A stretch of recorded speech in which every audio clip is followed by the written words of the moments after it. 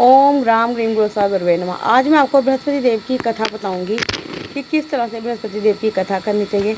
ये लोटा जल है जो बृहस्पति देव को चढ़ाया जाता है। गुड़, चना और हल्दी है और इसमें मनक्का वगैरह, सौंगी वगैरह डाली जाती है। ये हल्दी है और ये प्रज्वलित जोत है। आप बृहस्पति देव की कथा करने से पहले संकल्प कर लें। संकल्प करना बहुत ही जरूरी होता है। तो आइए सभी सुनते हैं बृहस्पति देव की कथा। ओम ग्राम ग्रीम गुरुसा गुरुवे नमः। बोलो बृहस्पति देव महाराज की जय।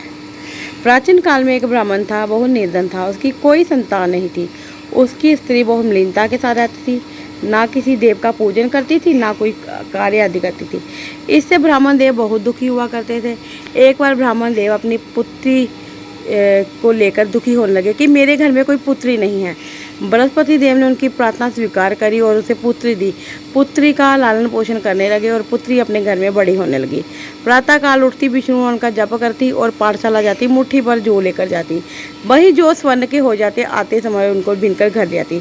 लेकिन उसकी माँ को कोई फर्क ना पड़ता, वो अपने कार्य में लगी रहती। एक बार वह सोने के जौ को साफ कर रही थी। उसकी माँ ने देखा। माँ ने कहा, पुत्री, सोने के जौ को साफ करने के लिए सोने का ही सूप होना चाहिए।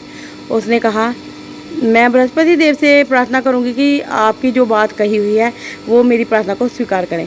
उसने बृहस्पति देव के सामने जो एक संकल्प किया, उनसे मांगा कि मेरे लिए सोने का सूप दीजिए, मैं उसमें ही अपने जो जौ है साफ करूंगी। बृहस्पति देव ने उसकी कृपा उसके ऊपर कृपा करी और उसे सोने का सूप मिला। उठाकर घर ले आई। उसकी माँ को कोई फर्क नहीं पड़ा। वहाँ से शहर के राजपुत्र होकर निकले। उसे देखकर बहुत ही मोहित हो गए और अपने पिता को कहने लगे, पिताजी मैं इसी कन्या से विवाह करूंगा। तो उसके पिता ने भी अपने पुत्र का विवाह जो ब्राह्मण की कन्या के साथ कर दिया। अब ब्राह्मण की कन्या जब अपने ससुराल चलेगी और ब्राह्मण के घर में बहुत ही गरीबी का निवास हो गया। ब्राह्मण देव दुखी हो गए, अपनी पुत्री के पास गए। पुत्री ने बहुत सारा धन देकर पिता को विदा कर दिया। कुछ देर तक जीवन अच्छा व्यतीत हुआ, फिर वही हाल हो गया। ब्राह्मण देव फिर अपनी पुत्री के पास गए। पुत्री कहने लगी, पिताजी आप माता जी को यहाँ लाए, मैं उनको गरीबी का एक ऐसा उपाय बताऊंगी जिससे उनकी गरीबी दूर होगी। ब्राह्मण देव अपनी पुत्री के पास पहुँचे अपनी पत्नी को लेकर, लेकिन उसकी पत्नी ने अपनी पुत्री का एक भी कहा नहीं माना। सुबह उठते ही वह जूठन खा लिया सबका। तो पुत्री को बहुत सारा गुस्सा आया। उसने काल कोठरी से अपनी माँ को बंद कर दिया, सुबह ही स्नान कराया और उससे हुआ ये कि उसकी जो बुद्धि है ठीक हो गई और बुद्धि ठीक होने के प्रभाव से वह व्रत करने लगी। व्रत के प्रभाव से पुत्रवती हुई, सुख भोगा और बैकुंठ में वास किया। ब्राह्मण देवी सुख भोग कर बैकुंठ में वास करा और वहाँ से साधु देवता जो कहानी कह रहे थे वह अंतर्ध्यान हुए।